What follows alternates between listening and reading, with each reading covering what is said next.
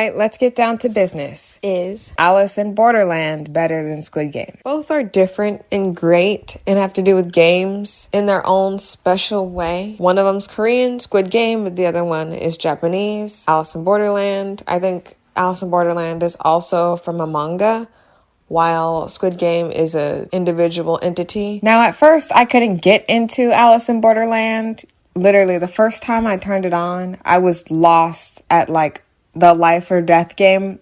I'll get into it when we start talking about it. I'm going to do a whole synopsis and whatnot of the whole thing. And then I'm going to talk about my hypotheses for next season. And before I get started, I don't know the inspiration. I don't know the source material. I only know what's on Netflix in the Alice in Borderland live action series. This is a spoiler review, by the way. Literally, it gets way more intense and better as you watch it after the friends die. Spoiler. While Squid Game is set in a more realistic world, Alice in Borderland was far more captivating, and I'll explain why throughout this video. Disclaimer, like I said, I don't know the source material. All hypotheses, thoughts are from the series, okay?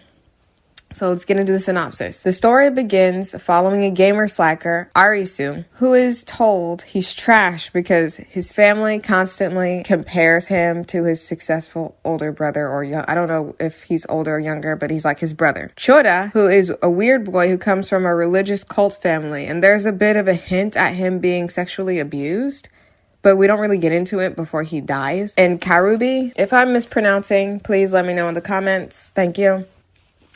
The coolest of the three, like I literally see him playing like a live action version of Axel from Kingdom Hearts. And the only one who has a life, the bartender, Karube, he lost his job though. So it's like whatever, but he does have a fiance. There's a very anime-esque feel to this entire show, but it shines most in the beginning, and sadly, the happy-go-lucky feeling of the start almost made me give up on the show. Don't let it deter you. It gets a lot better. So first comparison between Alice in Borderland and Squid Game. So Squid Game is captivating throughout and didn't have any weak points to me. If you want to know my opinion about Squid Game, link is in the description to my Squid Game analysis, breakdown, and whatnot, okay? I do have issues with it, but literally not even when the VIP scenes came about was I like complaining. You want to know my grievances with Squid Game? Go to that video. But I digress. So Alice in Borderland gets interesting when all of a sudden, while hiding in a big stall, those three boys are transported to like a replica Japan with no ability to use like their phones or other electronics that aren't like connected to things that really don't matter. You can't call out. As we go through, kind of there are like plot holes to me personally where they can use certain things, like they can use radios and whatnot, but certain things they can use like later down the line, you'll see someone is charging a makeshift taser. So they have access to the wall, but they make it seem like they don't in the beginning. And also, they're given these waterproof phones that talk to them about the games they will be participating in and what level of difficulty it is in the form of playing cards. For right now, excluding face cards, each suit means a different challenge. Clubs, or clovers people like to call it, are team games, meaning working together is vital to survival. The spades game means it's strength-based. The hearts game means it's high-stakes emotional games full of betrayal. And diamonds are mind-based games. They make you think about what you must do to survive. All right, so here are the rules. Once you decide to play a game, you must see it through. Try leaving and lasers will kill you. Say you're done with the game and a sky laser will kill you. There's a lot of thought in every shot taken. Notice Chota's ID was the one used to display what happens if you try to leave the gaming area, which lasers are also stopping you from getting out, aside from the sky lasers. That's very important. So the first game they all stumble upon with this girl and another girl. I'm gonna call the first girl, Girl Boss. And FYI, just to let you guys know, I'm not going to be deterred or shamed into not saying things that are for women. Like, we've allowed incels to hijack feminism and make it seem like it's, you hate men. They say that Girl Boss is a bad thing as well. And yes, there is a undertone, certain particular identifications when people people are suggesting one is a girl boss, but that's a lot deeper. I'm not going to retire the words girl boss, women power, strong woman, just because incels who don't care about women and will never be in my space or never want to be in my space don't like those words, all right? So girl boss and then squirrely chick are with them, okay? So this is a 3 of clubs game, meaning the difficulty is 3, and it's a team game. It's called Live or Die. Inside this game, 5 peeps, the gamer, weird dude, bartender, girl boss, and the squirrely chick, are all placed inside a room with 2 doors, both covered in anime art, one of an angel, the other of a skeletal creature. Girl boss seems to know more than them, but not enough to be directly helpful for their situation. But she does indirectly give them a hint in her actions. She suggests others choose a door, meaning she cares if she chooses wrong. And she is unsure by not choosing herself. Chota records on his personal game phone that they gave him, which is something you'd think they do more often, which they don't. They do that like literally twice throughout this whole series. All right, let's go. Another comparison between the 2 shows. Alice in Borderlands games make you think, while Squid Games are more dramatic irony. Like, we had the answers before the players did, and many Squid Game games were luck-based, more like real life than the brain games of Alice in Borderland. So the Fabulous 5 sit in a room long enough for, I think, gas to come in and force them to decide quickly. Now, this is where Girl Boss gets the first pint of haterade, all right? Of haterade. She tells someone to go, and that means if someone did, it's her fault if they die? No. Squirrely Girl goes into the bright door and she's killed by a laser, meaning the other door is their answer. So they go into the skeletal door, and honestly, I feel like this girl gets a lot of flack for trying to survive. I think it's interesting. Just like a lot of people on Squid Game, I still hate Sungwoo. Like, I don't like him. You guys could say, oh, he was the best at the game. I just still don't like him. He's gross. And if you want to know my opinion about him, go watch my Squid Game video. But after this, there are no more freebie side characters to sacrifice. The stakes are high now, quote unquote, which I felt in Alice in Borderland more than Squid Game. I felt like we knew when certain people were going to die in Squid Game. It was kind of like, I don't know, there's less escapism in Squid Game. And I like the fact that it's real. I really do. Literally, when I say better, I do mean they're all above ground. They're all top tier.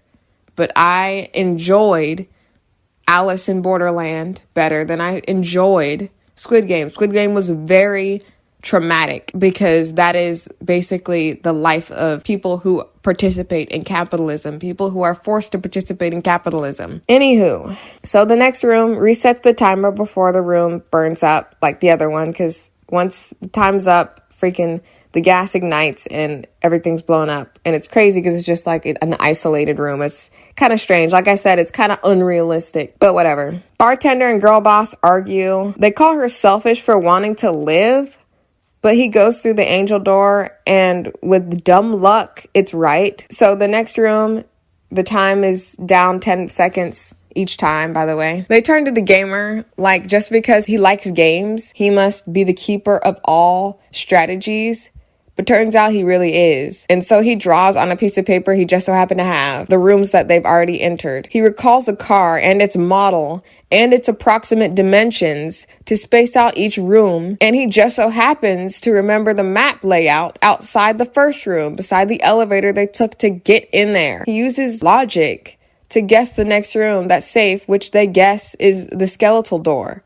While they celebrate, Gamer realizes the next room that they entered after that is different and makes them rethink their map. Though Bartender is the coolest of them, he's a real jerkin loser and bullies Girl Boss into picking a door. They decide to rewatch the footage from the first room where Squirrely died, and they notice there's no door in front of her. So they choose life and they escape unscathed, except Chota is scathed by the flames as they escape. But they're rewarded with a single card. the 3 of clubs. At first, I was confused as to why they only get 1 card after everyone wins the game. And I understand one game is a group effort, but every game you only get 1 card regardless of what suit it is. So that was kind of strange to me. A man stumbles out of the alleyway where all the 4 survivors sit, and they hear him say that they will never be able to leave, and then he wishes to end the game, and then that's when we see the laser kill him from the sky, and they're just like, what's going on here? So the group lives in a seemingly abandoned Japanese city where they're forced to stay within the borders of the city with access to stores and canned food, nothing that needs power really, and there's a garden and parks and water. At Dindin, girl boss admits to being there for 3 days, teleported from her job, which she was at. Before I talk about the comparison between Alice in Borderland and Squid Game, I need to defend Girl Boss. People say she's a liar, and she eventually kind of says she did and feeds into that narrative. But first of all, I watched it in English, so maybe it was lost in translation. But honestly, this girl, if you've seen this show, she was sleeping with her boss. She was technically at her job. She was taking the opportunity to do whatever she needed to do for whatever she needed. We never know why she felt the need to be with him before she dies. Spoiler. Literally. Until we no longer have a wage gap. I know Loser Pie told you guys there was no wage gap and you believed him because he's somebody who knows something, I guess. You guys take his word for everything. There's a wage gap. There's gender inequality. Until we're out of this patriarchy, I refuse to fault the women for doing what they perceive they must do in order to gain whatever. Honestly, I don't care. I fault her boss far more for taking advantage of his position above her. So yes, she was at work. All right. Let me digress. So Squid Game, like I said, is far more realistic and plausible, even though it's like a crazy secret society. That could happen for real. Y'all are really like testing the boundaries of life. You guys act like that can't happen. That can. While Alice in Borderland is a lot more sci-fi, there's like little to no realistic way to beat the first game of this show, to be honest. Like, how are you supposed to remember the model of the car? How are you supposed to remember that there was a map? A lot of strange things happen in order for that to even exist. So Chota is burned and everyone has 3 days visa, meaning they can stay out of the games for 3 days before you are forced to participate or die. So Gamer, Bartender go in immediately while Girl Boss and Chota stay. The next game has more than double the players as last time, probably due to people's visas expiring. Within this new game, we get introduced to Aguni, aka Big Boy, Usagi, aka Climber, and Jaichoya. So, the second game is a 5 of spades game, meaning strength is necessary to win, and Big Boy is at an advantage. A dude in a hat tells our main group about the suits and meanings, but we already know what the meanings are. For this game, all of them have 20 minutes to find a safe zone within an apartment complex or the bomb will explode. Some rando dies trying to escape the building, meaning the safe zone is inside the building. Everyone scrambles as they learn there are opponents with horse masks wielding guns trying to stop them. Chaishoyo sits on the highest level on one side to optimize his view of the building. Bartender fights the gunman head on with Big Boy and his goons.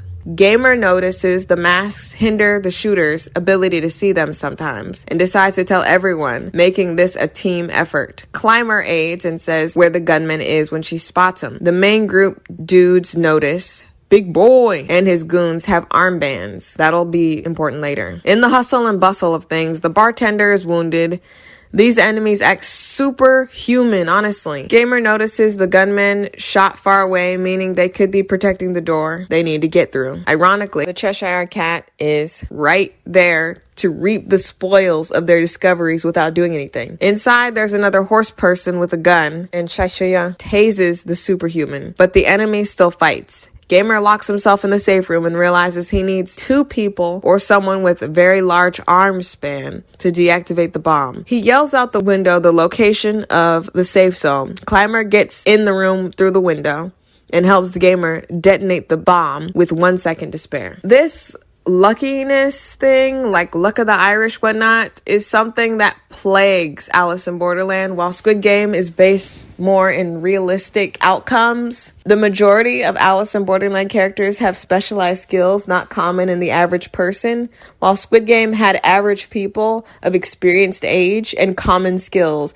Even the glassmaker had a common trade built on over a lifetime. So game 2 is concluded, and the group learns that the enemies were players as well, and for not stopping them, they were killed by callers. Here's a little sidebar thing that I kind of skipped over. While they played inside, Girl Boss was having sex with Chota, using the only power she thinks she has. Honestly, that's what she thinks she has, because she lives in a patriarchal society that tells her she's no good and she needs to be better. And when she tries to be better, they say she's fake. So honestly, like, get over it. Get over yourself.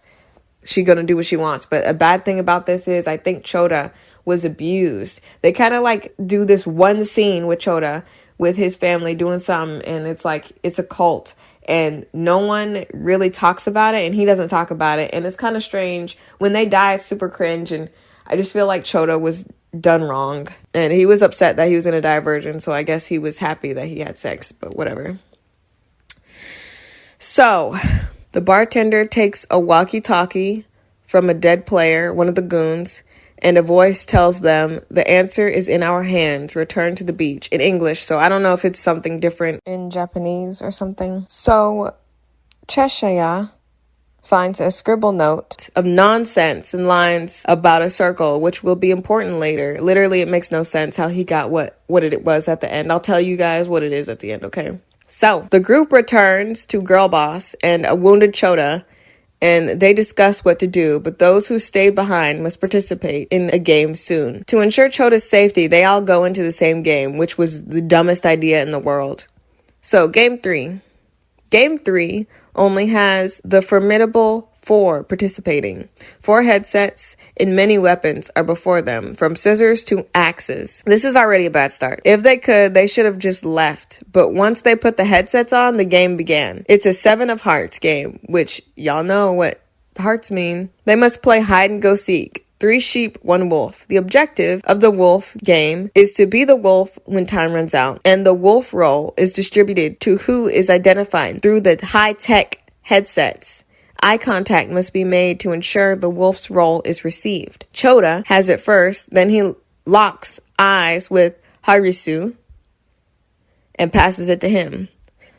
The girl boss makes everyone look at her, and then she flees. The bartender chases after her, of course. I don't know how he got a wife. He seems very, I don't know. I know this is a hard situation, but when all this just brings out what people really want to do in real life. And he's just so violent towards women, her specifically. They do her dirty. They do all these people in the beginning really, really dirty. Unless you're freaking a girl who doesn't want sex, who doesn't seem like, I'll explain to you what I mean later with the climber. She's the other girl that's the main person. We got like 10 dudes on the show, and then there's like 2 girls.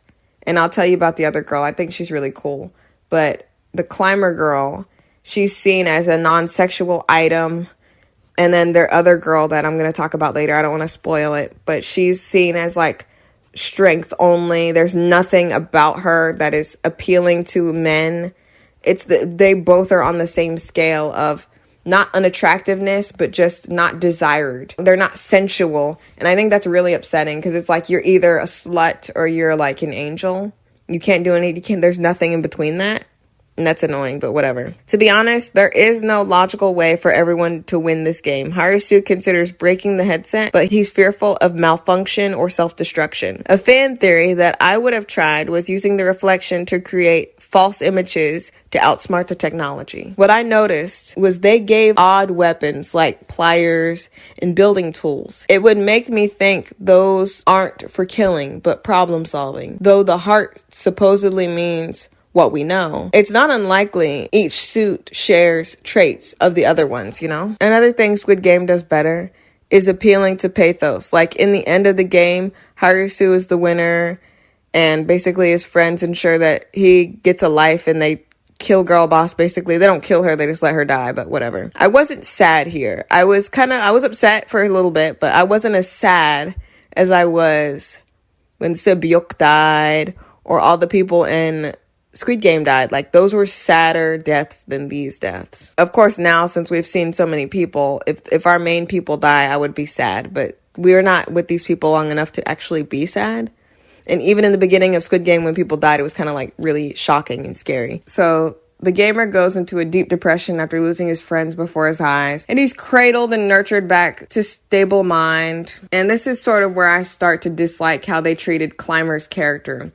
We learn her past. Her father was a climber, taught her how to survive out in the wild, another uncommon skill.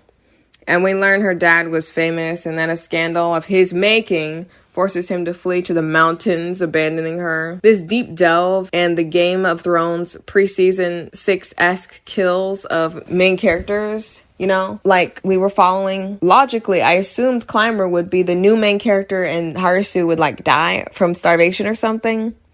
But she's far too useful and great to be a point of view character. She's a woman, of course, after all. If you give those attributes to a woman, she must be the knight in shining armor for a man. I don't want to spoil it here, but I'm going to have to spoil a few things right now. So, Usagi basically means rabbit in Japanese.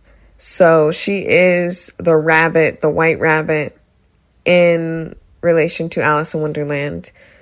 Arisu is literally Alice. It's referenced like 3 times within the show that he's Alice. But they should have made Alice a woman, and I don't know why they didn't. Literally, Usagi's arc and everything could have went to a boy character. Well, Arisu could have been a girl. Same thing, same situation, same you're a bum, you're a gamer, and we don't want you here. Could have been the exact same. With friends that were goofballs. Maybe one of the friends were a guy and the other one a girl. But of course not. So Harisu is here for the long haul, and from here on out, Climber becomes the plot armor, angel, survivor, savior, and protector of Gamer. She serves no other purpose other than to keep Harisu in the show and alive. There's a attempted rape scene that's going to come up soon, so that's a warning of that. But they didn't even give Usagi a love partner. They gave her a rapist. They gave her someone who was going to assault her. She could have been there at the beach and felt comfortable in this world, because I have a hypothesis at the end that I'll tell you about why I think everybody's here. But she doesn't get autonomy over her body. She has her body taken advantage of. And that's what I meant about the women of this show not being able to be sexual unless it's being sexualized or being taken advantage of. So game 4 has a 2-hour limit. It's called Distance, and it's a 4 of clubs. Gamer and Climber go in with a bunch of other people that they don't know. It's a team game. So not going to deep dive into this one. They mistakenly and unnecessarily run away from the bus they started on. And their phones that they're given before every game told them that they were at 0, meaning they were at the point that they needed to be, and they thought that they had to run up the time. Every step they took away from the bus was 1 step from their safe zone. There's like creatures. So, aftermath. Gamer and his guardian angel search for the beach near the water, but find nothing until they see more players with wristbands dumping bodies in dumpsters and whatnot. Then they are captured and they wake up held against their will in a cult community headed by a man named Hatter and his council of anime characters. Hatter is very open to them, saying the beach serves the purpose of housing, feeding, and entertaining players as long as they give their cards, their hard-earned cards, to him in order to help one person escape at a time. They have rules, all right? They're not completely lawless, I guess. Everyone must wear swimsuits. My guess is to fuel their sense of escapism and the fact that it's harder to hide things. Any cards won will go to the pot, and traitors are killed instantly, which is something that they don't do, because Harisu would have been dead later down the line. But this is a raw deal and lawless, literally. It's a lawless land, honestly. But you're supposed to be safer in numbers, so whatever. I'm not sure if I'd be here or not, if not against my will. So Guardian and Gamer accept their deal, even though it's not really an option.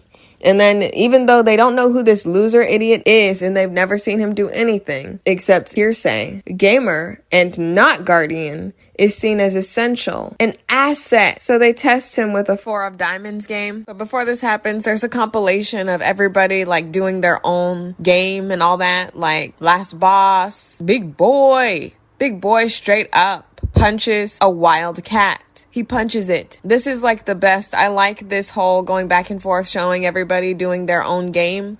And Climber, aka Guardian, literally had to do freaking bingo in the dark with matches, and she still made it out alive. But she's not essential though. Interesting. And I'm just sitting here like Climber could have been crucial and essential, but of course not, because this is Harisu's story, right? Whatever. So the objective of this game: confirm which of the 3 switches turn on a light bulb within a room, filling with water at their heads are electric prongs that will kill them if the water gets too high. Long story short, Harisu does it and passes. My question is, how did the beach committee of people, Quina and CSI woman, know this game was going to be a wits game prior to starting? What if it was a hearts game and they all went in there? Hatter, deeply captivated by gamers' master awesome one-of-a-kind skills, has him, and like I said, not Climber, who has better skills than him, be invited to a sit-down with the beach executives. It just feels like insert your own character unless you're a woman, then you can't, because it's just like he's the most basic, useless piece of garbage, and he's only smart when they need him to be. So let me tell you about the beach executives, okay? So we have Hatter, we have CSI Woman, we have dude that reminds me of Kaede from Kakeguriri, Private Academy with the freaking gambling anime. So I'm gonna call him that. Big boy, aka Aguni, from the other game. Mira, human pincushion, and then there's Shashuya. At the end of this breakdown, I will give you my theories on which characters represent each Alice in Wonderland character. So within this room, there's a lot of psychos, so I'm just gonna reference the most relevant. So we have the last boss. He's a tattooed dude up and down with a freaking katana or whatever. He's got a sword, playing games, and gunmen. Our people ask around for info. Kuna and Jaichoya set them up to be the distraction for his plan to steal the cards. They believe they will, but he tricks them into getting caught, basically. Before I get into the latter half of the show, let me talk about Hatter. So Hatter started going crazy and started playing games, and he's like, you know what, this is my moment, I gotta go, because his visa ran out, and everyone has a visa. Every single person has a visa, so they have like 3 days before they go back into the game, before they have to go back into the game or they'll die. So Hatter's turn, the big kahuna, the boss man around the place, and things are bubbling. Aguni tries to keep the people, the gunmen, like under wraps because they're trying to play games and rape people and whatnot. Supposedly, it's just strange. This whole arc that they have for Big Boy, aka Aguni, it's hard to believe. It's hard to believe until you see it, literally. It's hard to believe until you see it. There were no hints. There was no nothing. He was literally, legitimately only served one purpose, and that purpose was to be a red herring. So basically, Hatter goes to his game, and we don't know this when we see it, but he beats his game. But before we learn that he beat his game, we get this whole drawn out thing of, oh, everyone must be here, basically, just because something's going on. So Aguni and all the goons and all the people, the beach committee, sit down and see that Hatter has been killed with 1 bullet. And they're like, who killed the old dude? Who killed old dude? So everyone's asking questions, and they're like, oh, it doesn't matter. Human Pincushion is like, so I think Aguni should be leader, which I really don't understand why he wouldn't just say he wanted to be leader, because he's holding the gun. And Aguni, he punched a cat. He punched a freaking lion or whatever. So I guess he should be the one. He's like the strongest. They really love sucking him off for some reason. But whatever. Basically, they all are forced to vote Aguni in when they could have just said, you know what, he's whatever, and you guys don't have a say. But they go through all this whole thing just to vote him in. And basically, like I said, they're caught trying to steal the cards. Literally, so they should have killed old dude, right? Right? If you betray the people, you get killed. If you betray the people, you get killed. But Harisu doesn't get killed, and then the climber is going to be raped. And I'm just sitting here like, what did she do?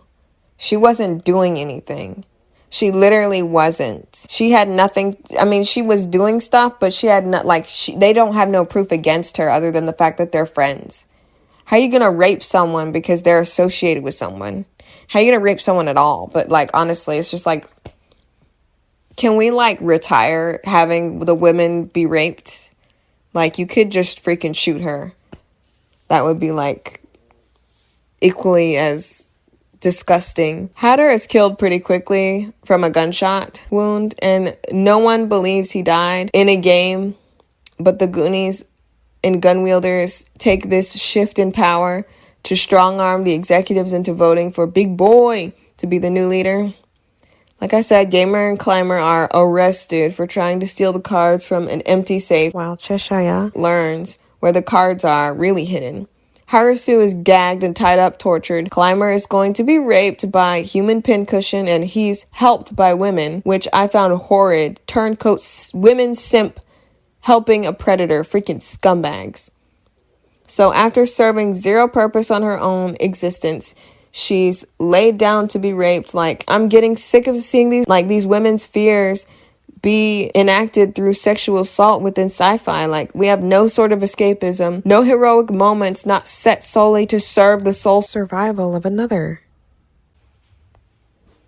Honestly, season 1 really does a disservice to Usagi's personality, character, overall story. We get a little tiny hint of her situation. We get that she was close to her dad. We get that he left her, and we get that she was on the ground like Harisu. But, like, honestly, they could have totally made her better. Like, human pincushion didn't have to be a rapist.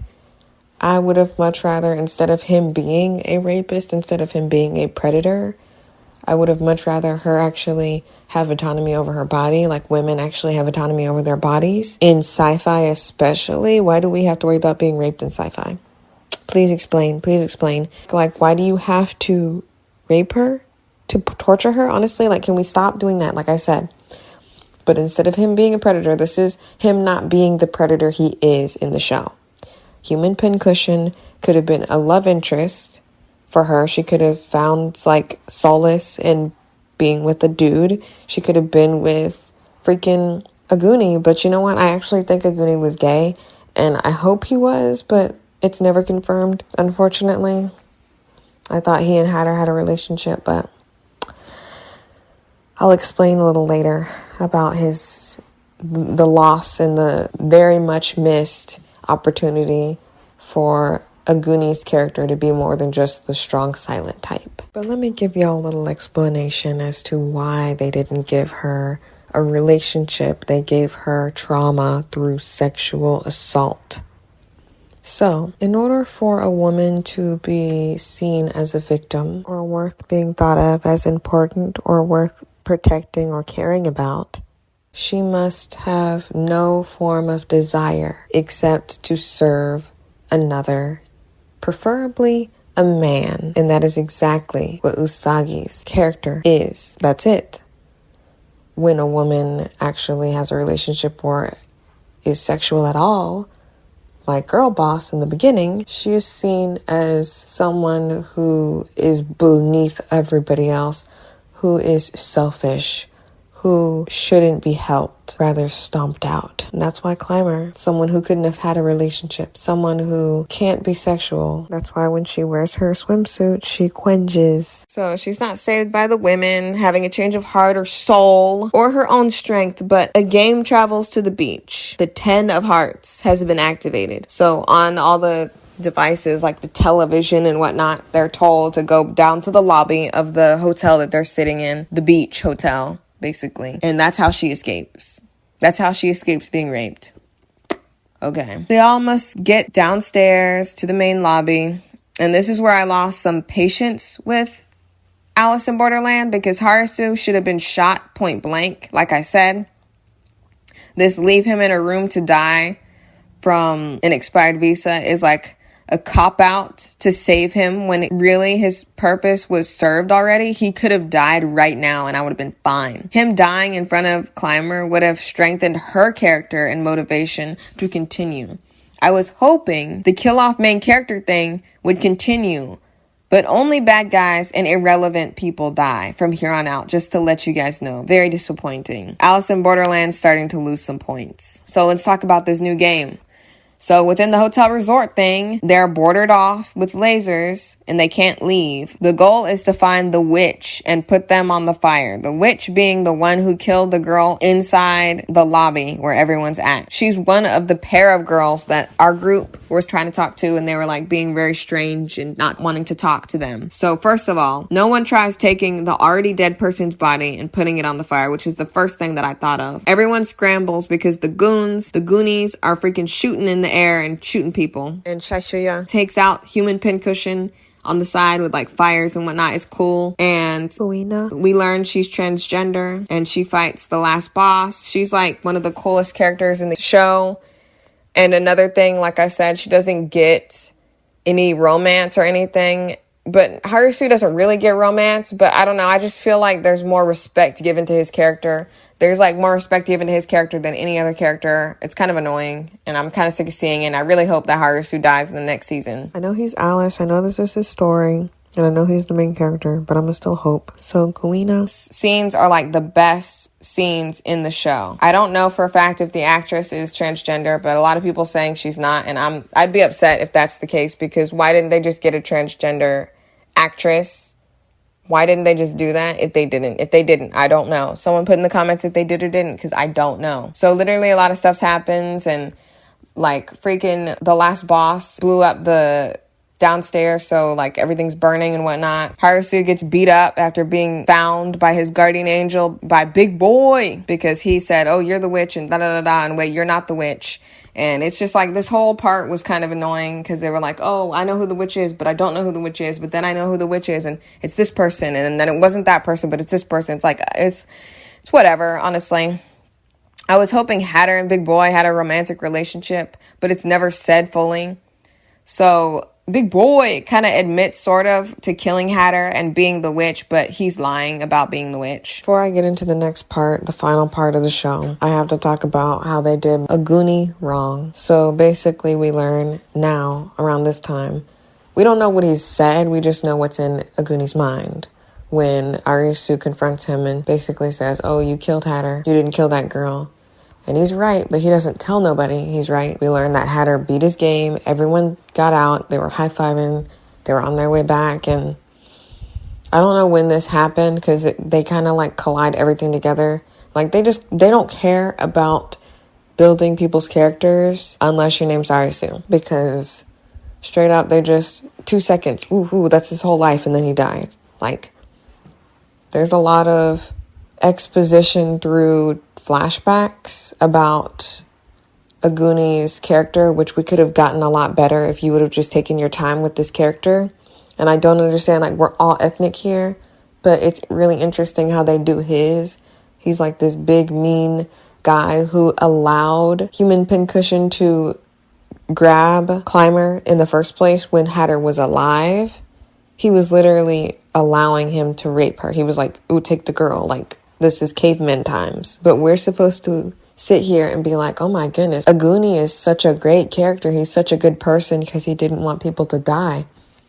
He wanted someone to be raped, though. I just don't believe it. I don't believe the crap that they try to put on us and try to make us believe that he's some good Samaritan. So basically, we learned that Hatter was going crazy, killing people because they were hoarding cards, which I don't know what to tell y'all. All you got to do is like drink alcohol and do what you want, mind your business, and don't cause trouble. I really don't understand why they were hoarding cards, but whatever.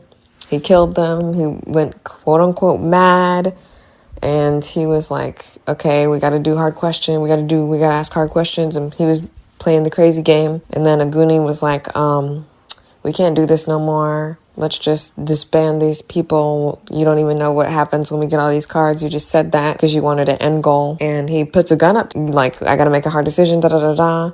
And then this soldier dude, Aguni, drops to the ground and shoots him. And then he checks Hatter's gun, and there were no bullets. And that was something that I didn't see on my first run through of this show. That was a real plot twist. When I saw that, I was like, wow, that's really interesting. Or like built up with guilt. The whole time, Aguni is set to be this red herring so that you think that Aguni's the one that killed everybody and everybody's monster, and he basically falls into that. But I feel like more could be added on to Aguni's character, especially his relationship with Hatter, because they make it seem like it's a whole lot stronger than just friendship, but we don't get anything to that effect. I don't like whispers, I like screams, okay? Even if it was in a flashback, like, it would have been better than what we got, which was nothing. Like, you can make an inference that they were in a relationship. But aside from that, Aguni straight up says, yeah, I'm the witch, kill me, everybody's going crazy. And he doesn't tell anybody anything, so because he's like so riddled with guilt because he killed Hatter for no reason. But Hatter shouldn't have had no gun up in nobody's face, honestly. Like, if I had a gun up in my face, I'd done the same thing. Like, Aguni, like, he shouldn't have left that with nothing, because that's not fair. You can't be putting a gun up to someone's face and expect them not to shoot you. Hatter was going crazy or whatever, so I guess he should have did what he had to do, but he didn't have to kill everyone to do it. And that's why I think it was a lot stronger than friendship. And it's just like, you can be self-destructive and destructive to other people because of something or whatever, XYZ. But I feel like they missed an opportunity to go deeper with Aguni's character before he died. We're supposed to expect that he's so cool, like he's such a cool guy and he wants to die. So him sacrificing himself for other people does not negate the fact that he wanted to die. He was telling everyone to kill him. So no, I do not feel bad for Aguni. I do not feel like he redeemed himself. There's no redeeming yourself when you're a loser. And he was trying to have that girl raped prior to Hatter going crazy or whatever, Hatter dying. So you can't blame, oh, Hatter died, he was being destructive.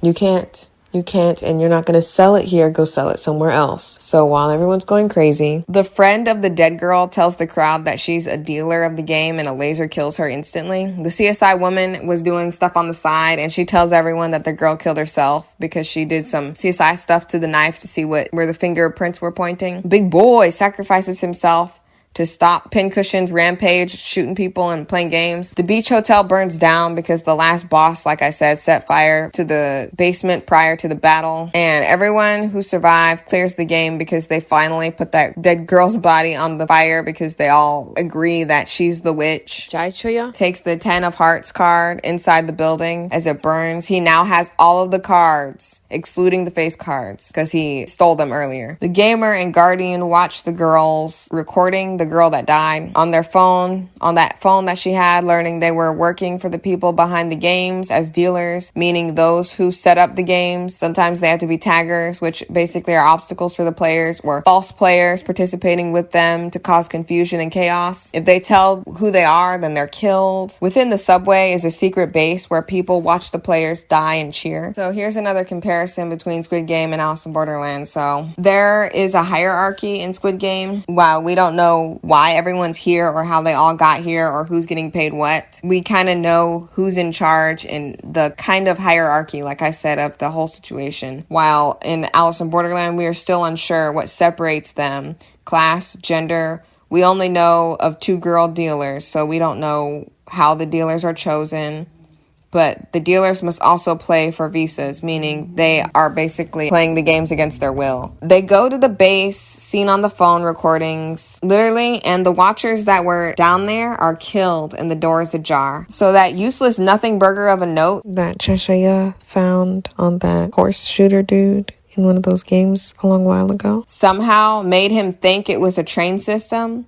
And that's how he found the place, because he's right there. He's always right there. I think he has something more to do with this whole situation. But I don't understand why he would be searching for information if he already knew. So he kind of may not, maybe. Or he might. But who knows, all right? So Clymer, Kuina, Shashuya, and Harisu are witnesses to a live feed. One of the beach executives, Mira, she tells them tomorrow at noon, the new face card games will commence and season 1 of Alice in Borderland concludes. So that's interesting. To me, I still enjoyed Alice in Borderland a lot more from the beginning to end. Like I said, Squid Game was far too triggering for me to enjoy it as much as I do, like as a case study, where Alice in Borderland can be looked at as something very entertaining. there's not that much diversity, but there wasn't that much diversity in Squid Game either. There was just like one dark-skinned Asian person in Squid Game. There's like no dark-skinned people at all in Alice in Borderland. And the only dark-skinned person, he's like a strong, silent type, as always. Big, buff, muscular dude punching freaking wild tigers and wild pumas, like with bare fist. Are you serious? Okay. The darkest skinned person has to be the biggest brute on earth. Like I said, Alice Arisu should have been a woman. The climber could have been a boy, and everything could have been the exact same way. They didn't have to use rape as a punishment. Honestly, can we like retire that? Put that on the shelf? Don't use it anymore. Never think of it again. Thank you. I think if Hatter and Aguni did have a relationship, it should have been delved in deeper. It teeters. There's a lot of good things. Like, all the bad guys are like better than the people we're supposed to be rooting for, except Kuina, because Kuina is one of the best characters.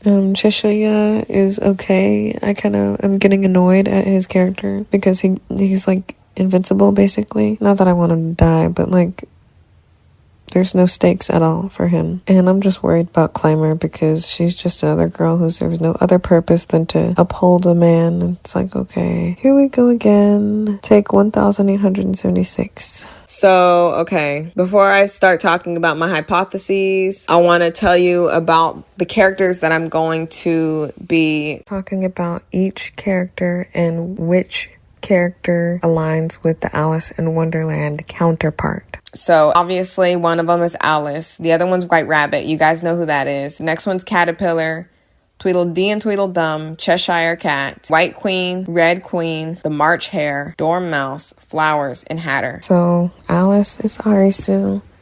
White Rabbit is Usagi, aka Climber. Caterpillar is Kuina. Tweedledee and Tweedledum is Momoka and Acai. The Cheshire Cat is Cheshire. The White Queen is either unknown or one of the remaining beach executives, which I believe it was number 2, the guy who was trying to take over when Hatter was killed. The Red Queen is Mira. Everyone thinks she's the Queen of Hearts. The March Hare was a Goonie. The Dormouse, I think was the last boss, but it could have been Human Pincushion. Flowers are unknown, or they were the people who are already dead now. And Hatter is Hatter. Now, the one thing that I may be wrong about is the Caterpillar, Kuina. I do believe Kuina is the Caterpillar because she used to smoke, and the Caterpillar usually is smoking a hookah. So that's my explanation, basically, for those who aren't self-explanatory. And I do believe that Hatter, even though he was shot and killed, I think Hatter might return. I think it may have been a simulation that they saw die. But that's just my hypothesis. The next season, hopefully Harisu serves his purpose and dies in the first episode. I really want Climber to live throughout the whole thing. I think she's a better character, and I'm so sick of her talking about Harisu, and then her getting like dragged down to be raped. Like, honestly, like I said, stop. You can do anything to a woman, but like, why do they have to be raped? Why is that the thing? Even in science fiction, why can't we just exist? Why do we have to be tormented with these real life issues? You find something else. I'm a writer. I know. Give yourself the obstacle and you can achieve it. Make a woman character without having her have to be put in the position to be sexually assaulted. How about that? Is there any way you can do that? Give more autonomy to the women. I feel like they fleshed out Harisu more. They kind of, technically in a way, none of them are really fleshed out. Like, even though that they were there for a short time, I feel like I know more about the characters that have died than the characters that we still have. Like, I want to see more from that. I want to see more from the Climber. I want to see more from everybody else but Harisu. Harisu can die. I know he won't. That's basically it. Hope you guys enjoyed. Pretty much done. If you have any questions, leave it in the comments. Subscribe if you liked if you like, share if you like. I have a new video that I'm working on. Check the description. Always check the description. Read the description. There may be some links to some stuff that you might be interested in, and it may tell you about spoilers so that you don't spoil things for yourself if I don't say it in the video. Tell me your hypotheses about Alice in Borderland. Did you like Alice in Borderland more than you like Squid Game? Why? Let's have a conversation. I would say Alice in Borderland is like a live action version of anime. I would give it like a 9 out of 10. But you know what? I'm done.